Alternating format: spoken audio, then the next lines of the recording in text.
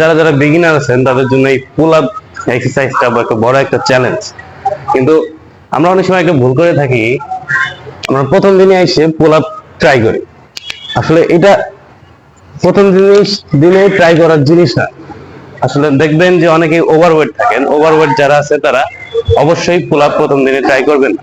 কারণ প্রথম দিন ট্রাই করতে গেলে তাদের রিস্টে পেইন হতে পারে, তাদের জয়েন্টে অনেক প্রবলেম হতে পারে, যেহেতু তারা ওভারওয়েট। প্রপার ফর্ম হচ্ছে আপনি আগে আপনার শোল্ডার থেকে একটু বাইরে আপনি এটাকে গ্রিপ করবেন, আগে ট্রাই করবেন যাতে আপনি ঝুলে থাকতে পারেন।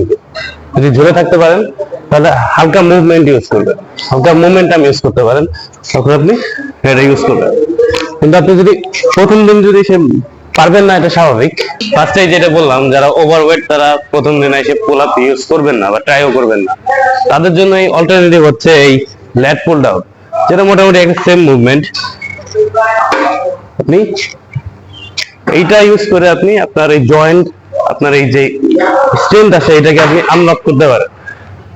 সো পুল আপ ইউজ করার আগে এইটা অবশ্যই মেরে তারপরে আপনি যখন একটা বডি যখন স্ট্রং হবে তখন আপনি পুল আপে যাবেন। কারণ পুল আপ অনেকে 6 মাসেও, অনেকে 1 বছর পরও মানুষ পারে না।